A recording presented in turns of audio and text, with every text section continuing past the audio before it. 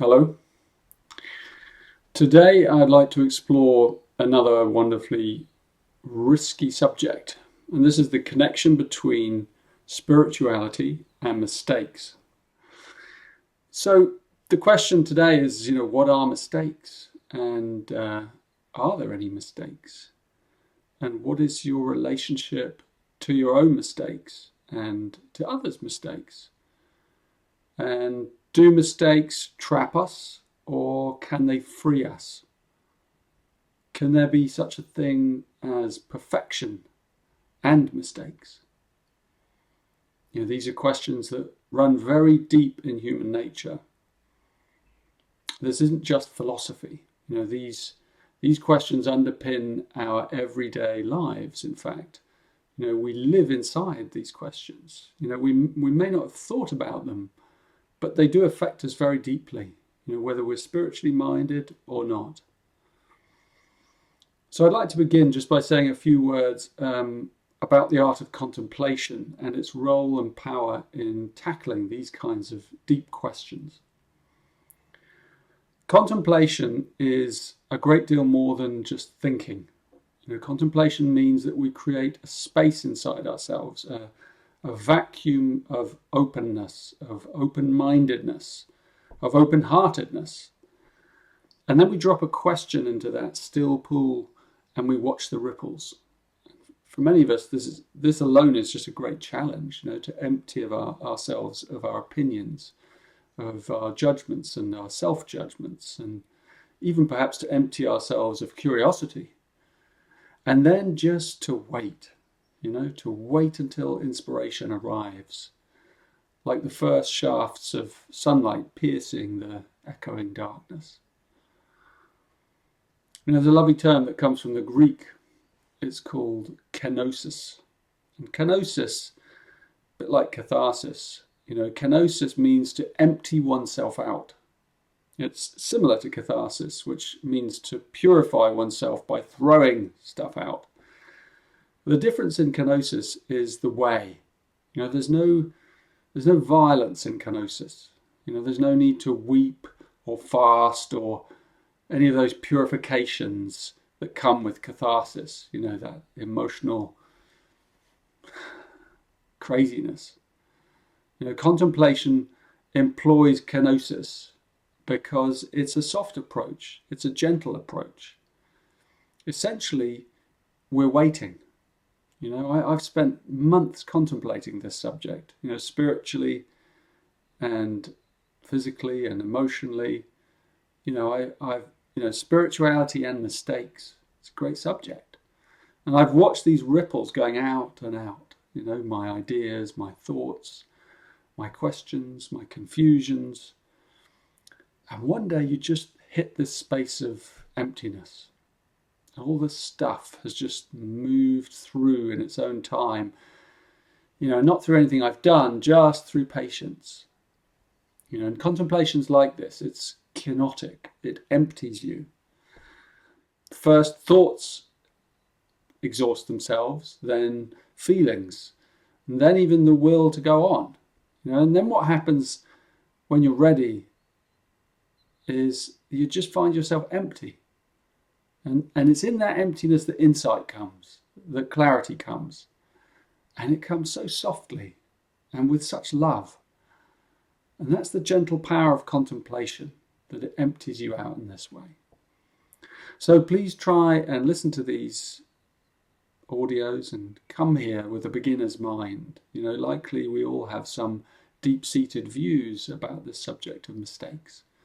So let's explore our minds and use this contemplation as a way to cut through some of the layers in our thinking. The answers always come in silence. That's the paradox. I can't say them out loud. They aren't formable as words. But I can share some of the process with you. And maybe that'll help you see how all this works. But don't expect answers.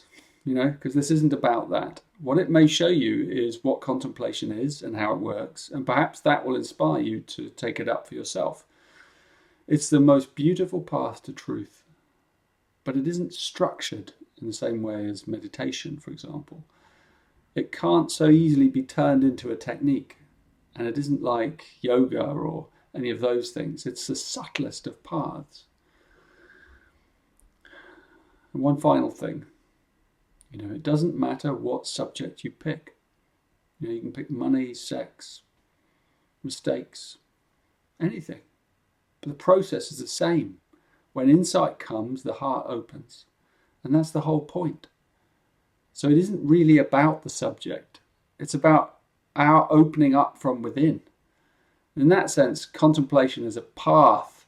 It's a way, it's a tool, it's an art to open us up to the mystery beyond words, beyond thoughts, beyond even our understanding.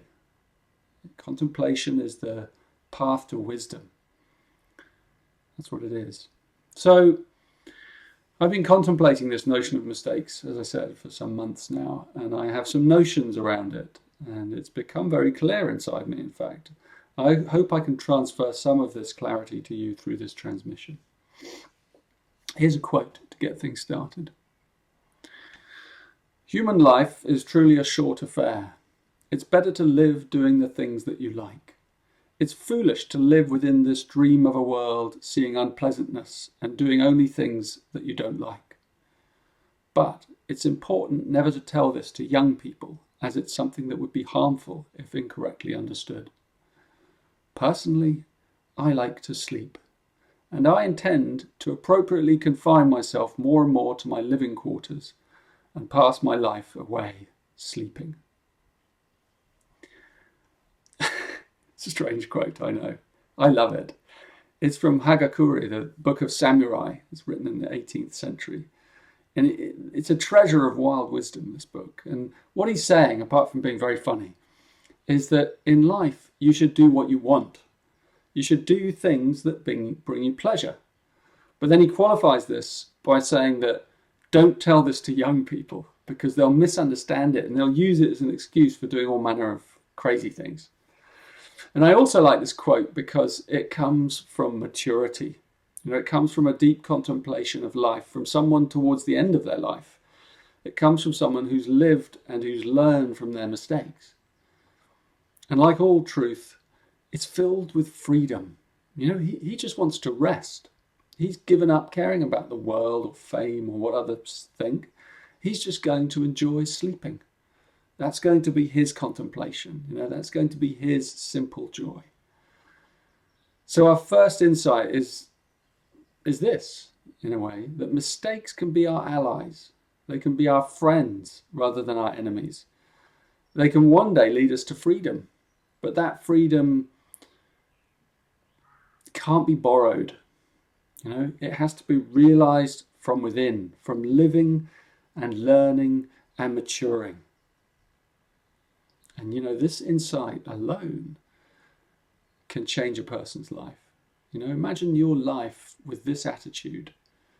Every mistake you make is an ally, a friend. And instead of tensing up, you breathe deeply when it happens because you know that you're about to grow. As I began my own contemplation on mistakes, I obviously thought about my own life and some of the big mistakes that I've made down the years. And this is a really good exercise, I think, for everyone to do. What do you consider to be your mistakes and where have they led you? Or perhaps you think you haven't made any. That's also a viewpoint. And I'm not saying that any one view here is correct. I'm just exploring. What is the biggest mistake of your life? That's a great place to start. Most of us immediately know what it is.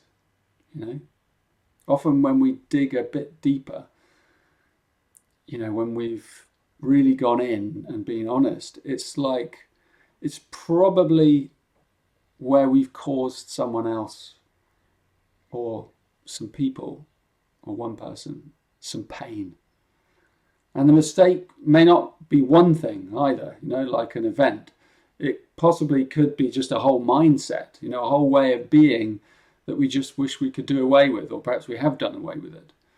That's another way of looking at mistakes, that they aren't just events. They can be events, but they can also be a worldview, a kind of pessimism, a depression or a repression even. And when we see that as a flaw on our part, some aspect of us that isn't good enough, that doesn't measure up, that there is the essence of what a mistake is for us. In my book, The Gene Keys, which is a modern reworking of the Chinese I Ching, I explore the 64 primary archetypes of human behavior. And each archetype is called a gene key. It consists of 3 levels: a shadow, a gift, and a siddhi. Siddhi is a Sanskrit word meaning kind of divine gift. The shadows are all the selfish victim patterns that we humans get stuck in. One good example of a shadow, let's draw from the 29th gene key, is the shadow of half-heartedness. So anything you do in a half-hearted way keeps you trapped. If you're in a half-hearted relationship, it'll be miserable to you both. But maybe you'll stay in it for one reason or another. If you're in a half-hearted job, it won't be good for anyone. You won't be productive or creative, and you'll tend to cause confusion, and things won't really flow for you. And, that's half-heartedness. The gift of this gene key, however, is the gift of commitment. And the gift is always hidden in the shadow. So in this instance, half-heartedness actually conceals the gift of commitment. Now, what do we mean by that? It means that being aware of the things that you do in a half-hearted way, you get to learn about commitment. Unless you have commitment, you'll find that life keeps slipping away from you, that nothing substantial can really form or crystallize around you. No purity of awareness, no flowering of love, no evolutionary rhythm. And commitment brings all these things. So it teaches us a great deal, as does the shadow of half-heartedness.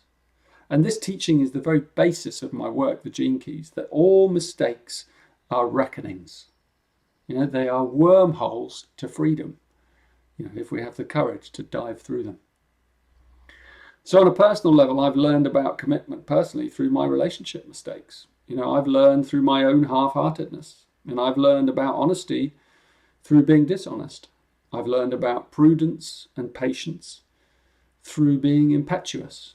I've learned about forgiveness through my anger, through my blame, through my self-judgment. Self-judgment, that seems to be a huge aspect of our contemplation on mistakes. It keeps coming up. At every turn in this contemplation, there it is, self-judgment. So think about it. And also we're applying this to spirituality. That's the point of these contemplations. In spirituality, there's this notion of the perfect teacher or master. It seems to me that there are perhaps 2 types of master. There is the flawless example of perfection. That is extremely rare. As a wise man once said, show me something that's perfect and I'll show you something that isn't. Scratch the surface a little and we're all human. We are a spectrum. And awareness dances inside us along that spectrum between vanity on one side and purity on the other. Even the purest human being must have some inbuilt flaw. Otherwise they wouldn't be human. Only the angels are flawless. This is why the great Austrian poet Rainer Maria Rilke, deeply spiritual man, begins his greatest work, the Duino Elegies, with this single, beautiful, echoing line: every angel is terrifying. Every angel is terrifying. I love that. So there are pure teachers, and then there are the other ones, the teacher with flaws, or the teacher that openly makes mistakes, but atones for them honestly and with humility. Not all teachers can do that. Many of them hide their mistakes, trying to be the pure one, the Puritan. So in spirituality, we've inherited this notion of the impeccable master, the being who is beyond all mistakes. All manner of dishonorable and disreputable behavior has been excused in the name of a higher spiritual insight, as though bad behavior in a master or a teacher somehow has a meaning that we can't understand, that's beyond us. And there may even be a modicum of truth to that. But the bottom line is that this is about honesty. We're all human, and humans are fallible. So I'd like to pick an example, such a teacher, Chogyam Trungpa. He's a Tibetan teacher who lived in the last century, a wonderful, enigmatic man. And he was famous for his crazy, immoral behavior. People called it crazy wisdom. That's what the people call it, crazy wisdom. He slept with all his students relentlessly. He discarded them. He mistreated them. He's just one example of literally thousands of spiritual teachers who fall prey to what really looks like ego. And Trungpa, undoubtedly, he had access to higher wisdom. He was a great spiritual teacher, a master. But was he a master? What is a master? Might a master be someone who learns from his or her mistakes? Who changes and learns and grows and evolves and is humbled by their mistakes? My point is that it's a delicate and subtle balance. Truth gets mixed in with positionality. Even the crazy teachers get locked into patterns. So the question is, can they change? The real test is, can they change? I don't know about Trungpa. Not being him, I can never know. So I'm not here to judge him. In fact, I thank him for his totality, if nothing else, so that we can use him as an example for this contemplation. Mistakes. Of course, mistakes are bound up with ethics and with morality. So who's to say something is right or wrong, though? We seem to have an inbuilt meter that tells us when we've overstepped a mark, somewhere. So perhaps this is about ethics. But perhaps it's not about a fixed ethics, a fixed set of parameters. Perhaps this is a wild kind of ethics that we learn from within. If we react to ethics, either for or against them, then we're kind of fixed, we're conditioned. We may fall prey to the dogma of teachers and teachings. I was always amused by one of my early teachers, Ra Uru Hu, a self-proclaimed heretic, founder of a wonderful system called Human Design. And Ra was surely one of the most irreverent teachers I've come across, and a genius and a heretic. And he loved to overthrow morality and all these concepts. But then he was a heretic who couldn't stomach other heretics. He couldn't. When other people like me took his teachings and breathed new life into them, he felt he had to cut me off. And I don't blame him. I don't judge him for it. I'm simply calling it for what it is. We are far from perfect. And those who teach, we're the most fallible of all. I often counsel my students to take care not to put me on a pedestal. I will disappoint you. I am bound to disappoint you. I know how flawed my character is. I always think of Walt Whitman's wonderful statement, I'm as bad as the worst, but thankfully I'm as good as the best. Yeah. So how deeply are we conditioned by our spiritual teachers and teachings? Are we fluid, like the Tao? How seriously does a spiritual teacher or a teaching take itself? Mistakes exist, and yet they don't exist. This is the paradox of truth. It's so easy to say, there's no mistakes. I've said that myself once or twice. But what are its implications? If there are no mistakes, does that mean there's only fate? Free will is also bound up in this question. Anyway, out of this great contemplation, I've devised a map. And this map is my core metaphysics, a map of your positionality with regard to mistakes. And you, whoever you are somewhere in this map. So take a good look at it. The 4 hoops. Can you find yourself in one of these hoops? There are these 4 hoops, and each hoop is a position connected to spirituality and mistakes. You can say that you don't fall into any one of these belief structures, but the truth is you are. You just have to dig a bit deeper. So we have the green hoop. The green hoop is there is a God, there is no free will. There is a God, there is no free will. There are many, there are so many paths and strains and layers in this. So it's great for you to contemplate. Think about it yourself. The yellow hoop, there is no God, there is no free will. I should have done that one last because it's a really weird one. If there's no God and there's no free will, doesn't that mean that we're living in a mechanized universe, a material universe in which everything is just kind of moving according to a plan? How can that be? It's a weird one. It's really, really unusual. The red hoop, there is a God, there is free will. It's a very common one, that. There is a God, there is free will. The center of many religions, Christian religion, for example. There is no God, the blue hoop. There is no God, there is free will. This is obviously the atheists or the humanists. But within these four realms, these four hoops, you will find all positions with regard to the making of mistakes. Whether you believe in God, whether you don't believe in God, somewhere you'll probably find that your reality and the opinions that you hold are formed from one of these four hoops. What's also interesting is that, you may move hoops from time to time. I mean, not like all the time, because it's a big deal to move hoop, because it means your whole belief system will change. Over time, I've moved between the hoops, but it happens when you examine your belief structures. So be really honest. I've been actually in several of these hoops. Here you're going to find all these religions, all the materialistic paradigms, atheism, pantheism, all of it. This is essentially a map of the Maya. It's the illusion of belief. And the greatest breakthrough that this map offers is the center. The only true safe place is in the center. Because from the center, you can take any one of these positions. But you remain at the same time in the center, aware of your position. And this is the only place where wisdom dwells. Spend some time contemplating this map.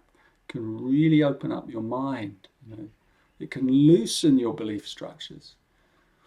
I'm thinking of this lovely spiritual teacher, still a man alive. He's called Muji. I believe he lives in Portugal, and you can find his videos on YouTube. Anyway, one of them I saw recently is simply him laughing with one of his students, just laughing and laughing and laughing and laughing and laughing for no reason. It's wonderful. It really opens you up just to watch it. This is the center, Can you be nowhere in the presence? Can you be the laugher? That's the power of this. So I offer you this map just to consider your own life and, consider your own position and the position of people around you or different spiritual teachers or teachings, material teachings, all of them. Just, it opens up. It's opened up my mind so that I could let go of any remnants of positionality that I may have had. But it also means that you can take a position, but you can take it with awareness, because no position is also, although it's powerful, it's hard to have a conversation. A person with no opinion, how do you argue with them? So if you want to argue with someone, take a position. Just things to think about. So what is a mistake? Let's go even a bit deeper. I'd say that one potential definition of a mistake is an act that causes oneself or another harm. Of course, there are exceptions. If you harm another in defense of another or of yourself, that's not quite the same thing. But a mistake that harms another or yourself, that can be a great teaching, if you let it in. Often what that leads to is guilt or regret or shame. And these feelings are the human markers, perhaps, of mistakes. So consider this. Take shame, for example. Haven't we endlessly been conditioned and bred to feel shame? Shame from our teachers when we were young, shame from our parents, shame from our enemies, shame from our religions. Shame and guilt, they seem awful things. They seem like cancerous energies if we let them eat us away. They disempower us. But what if those same feelings can also be our teachers? What if shame could become my ally? Maybe I did something that needs me to feel that shame. And what if I really, really let that shame in? Most of us find this really hard. But I recommend you really let such feelings in so that they can come out. Deep shame or guilt, when listened to, it can create a huge opening in us. Humbling can come the potential of forgiveness. And how can we talk about mistakes without talking about forgiveness? Perhaps the purpose of mistakes is forgiveness. Think about your mistakes. Have you forgiven yourself for them? Have others forgiven you? Forgiving yourself, it doesn't have to include you being forgiven by others. According to the Gene Keys, forgiveness is one of these siddhis, fourth siddhi, a holy power of grace that travels backwards in time from the future to the past, freeing humans from their karmic mistakes. And when we open up to the field of forgiveness, when we let our own suffering in deep enough, when we feel the shame or the guilt or whatever it is, then we can also let it go when we're ready. And then forgiveness reaches in and it touches our soul. And it feels like the sun's come out from behind the clouds. Such a beautiful feeling. And it has its own timing. Forgiveness has to be so gently courted. It has to be invited in. We can't chase it down. My journey has been one of self-forgiveness. I've hurt those I love. I've felt that shame deeply. I still feel the remorse inside me. Probably it'll never go away. Maybe it even keeps me humble. I don't know. But I've listened to that shame and that guilt, and it has changed me. Slowly, I've learned to forgive myself. And I've also learned something magical, that the more forgiving we become of ourselves, the fewer mistakes we make. Because our love and our self-respect prevents us from doing things which harm ourselves or others. In a way, we become purer of heart. We allow more love in. And it's not really that we become purer, it's that we remember our innocence again. We are children. And as with all children, we need a combination of both boundaries and gentleness. We have to learn to parent ourselves. And one of the great challenges is to allow those we love to make their own mistakes and to have their own suffering. And every parent knows this. And again, this is a balance. Too much detachment here becomes impassive. Too little is invasive. We're very uncomfortable with other people's suffering. But love and wisdom, they always have to find this equilibrium. So think about the next time, when you try and save someone, is it your pure intention or is it your own discomfort with their suffering? In other words, with your suffering? It might be a bit of both. But look at your intention. Your intention may be noble, but it also may be inappropriate. It depends on the circumstances. You can only really find out by living. And these are the questions that have to be lived. I don't have the answers. Each question and each person is unique. But the body, the human body, the physical body, that's the greatest teacher. You drink too much or you eat too much, the next day you feel bad or you're ill. The body teaches us balance. It's an intuitive awareness we all have. It's really subtle, actually. Contemplation teaches us from inside the body. And the earth is our classroom. We're not here to be perfect. We are here to perfect ourselves. Perfection is a verb.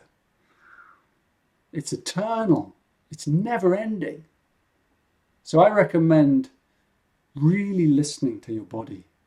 This is the presence I spoke of earlier. The presence, when you go into the middle of those 4 hoops. The answer to all these questions is only found with presence. You know, you accept yourself as you are right now. And if you can't accept yourself, then just try allowing a little bit. Even allow that you can't accept yourself. That's a softer, subtler form of acceptance.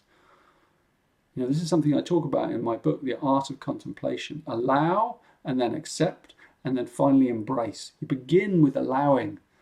Allowing, you can hate it. Allowing, you can say, I don't accept myself. I hate myself. I feel shame. I feel full of anger, whatever. That's allowing. Allowing leads to acceptance. Acceptance is a deeper honoring of your own inner state. And then finally it becomes embracing. And embracing is when you let it go, or it lets go of you. So yeah, a lot of things to think about and contemplate.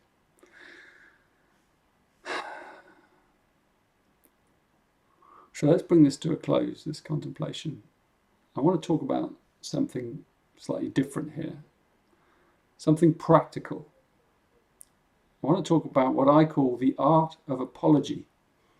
You know, if you're going to admit that you make mistakes, and I think someone who doesn't admit that would probably be intolerable, then you might like to learn to properly apologize for those mistakes.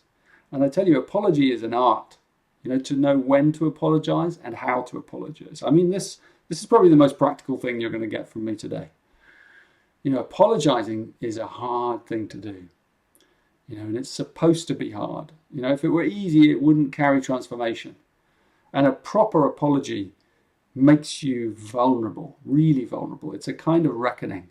You know, my old teacher at school, he used to say, well, if you were sorry, Rudd, you wouldn't have done it in the first place. We used to go look at him and go, does that make any sense at all? Anyway, some good examples of good apologies, you know. I'm sorry I said that.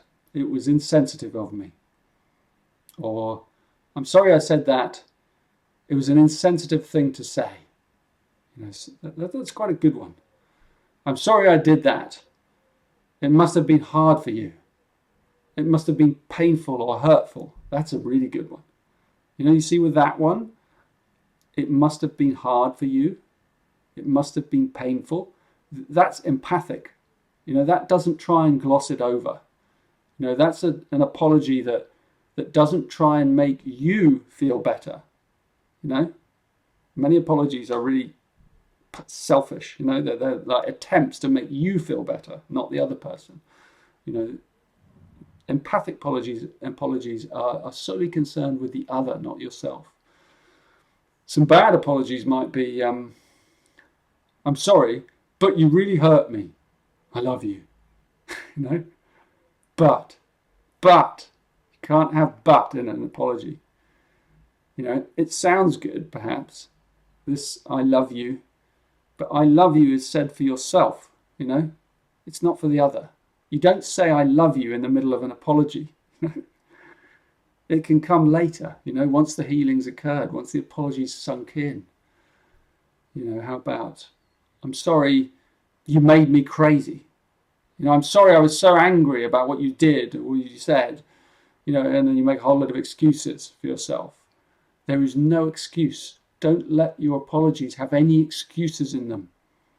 It just happened and it's for you to own it. That's the meaning of an apology. You own it. You know, you don't, you know, the worst and the most heinous apologies, and I tell you, I've heard some in my life, you can always tell because they use the word you. You know, you made me feel, you made me crazy. You is accusational. You know, it takes the apology away from I. You know, it's I. You're making it about them. You're projecting. Apology is always about I. I made a mistake. I misjudged you. I was an idiot. You know, these are good apologies, you know. And if you can, add that layer of empathy. I was an idiot and it must have felt horrible hearing me say that or do that. You know, apology is an art, you know. I hope you can begin to learn and refine and master this art. You know, You have to realize that the other person really doesn't want to hear an excuse or a defense. You know, they don't want to have it glossed over. I mean, you can give flowers and things like that, but it's not as good as simply being vulnerable. You know, the other person, they want to feel that you feel their pain. I was an idiot. That was kind of middleish apology. Sometimes it breaks the spell, sometimes it doesn't. It's kind of easy to say, but the thing is that the thing that isn't easy to say is the thing that has the power in it. So consider that when you're apologizing.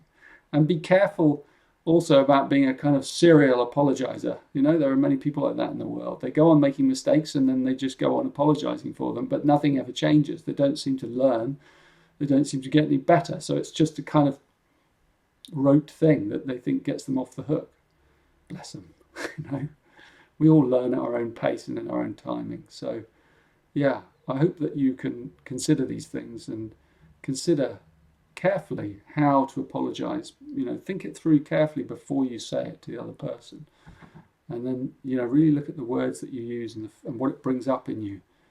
And let them have the last say. That's a really powerful thing. Let them have the last say. You know, that's powerful. Some views from, to finish, some views from some of my friends on mistakes. You know, Alexander Pope, great poet. Everything that is right. That was his finale of his huge moral essay, you know, that he wrote, philosophy. You know, he got it distilled down to everything that is right. So for him, no such thing as mistakes, or at least if there are mistakes, they're part of the whole journey. Lao Tzu, great Taoist sage from China. A great nation is like a great man. When he makes a mistake, he realizes it. Having realized it, he admits it. Having admitted it, he corrects it. He considers those who point out his faults as his most benevolent teachers. He thinks of his enemy as the shadow that he himself casts. Beautiful. I don't know what to say about that one. The ancient Vedas. You know, the Vedas, I haven't got a quote or anything, but I wanted to bring them in because the Vedas are some of the most ancient teachings on the planet. And obviously when you think of the Vedas, you think of karma. You know, the actions that create negative karma, you know, that's what mistakes are, according to the Hindu teachings. Actions that create negative karma by violating ethical or moral codes, you know, and then they lead to negative consequences. And so that's interesting as well, to put that in your pot, like karma, the idea of karma. Contemporary teacher, Adyashanti, Zen teacher, he speaks about one of the zeniths of kind of awareness is to be without anxiety about imperfection, right? Because imperfection, especially when you're a spiritual path, can make you anxious, like it kind of, you know, but to be without anxiety about imperfection is a great stage to arrive at. I think that's beautiful. That's almost like a beautiful thing to, penultimate quote anyway. So, summary perhaps of all these things regarding spirituality and mistakes. Maybe a kernel, a quintessence. Seems to me that the quintessence is about balance. You know, a balance is needed. You know, there's the freedom of there being no mistakes, but coupled with a natural morality rooted in harmlessness. So I don't want you to think that I believe that mistakes even exist. You know, they do and they don't. You know, contemplation, what it does is it always reveals the truth as a paradox. And that's where we've reached. They exist and they don't exist. The bottom line for me, though, is that mistakes can be holy. You know, aren't mistakes like portals to grace? You know, how have you turned them to your advantage? These are the questions. You know, how will you turn them to your advantage? You don't have to carry this guilt inside. You can let it go. You can befriend it. You can move forwards. You can make amends. You can be loving towards yourself, and then you'll make less of these so-called mistakes. In your relationships, allow every mistake you make to open your heart wider instead of closing down in guilt or shame. Forgive yourself and move on. Soften in. Tell yourself that you'll do better next time. And make sure you do better next time. It's all about integration. Mistakes have to be integrated. One of my favorite poets, Antonio Machado, he wrote, "Last night as I was sleeping, I dreamed marvelous error, that I had a beehive here inside my heart, and the golden bees were making sweet white combs and sweet honey from my old mistakes." Failures, mistakes, shadows, we all have our stories. We have to find a way back to love. This is what the ancients called karma. We purify our karma. We atone for our sins. We repent. We accept the pain and we transmute it. And over time, we learn how to truly love ourselves deeply, to parent ourselves, so that we begin to live in that field of forgiveness. Forgiveness is a field. And we have to raise our consciousness up into that field, out into that field. And perhaps this is the mastery, to use everything as a means of opening wider to life and love and grace, to make honey from our wounds, and then to share that honey with everything and everyone around us. Last night as I was sleeping, I dreamed marvelous error, that I had a beehive here inside my heart, and the golden bees were making white combs and sweet honey from my old mistakes.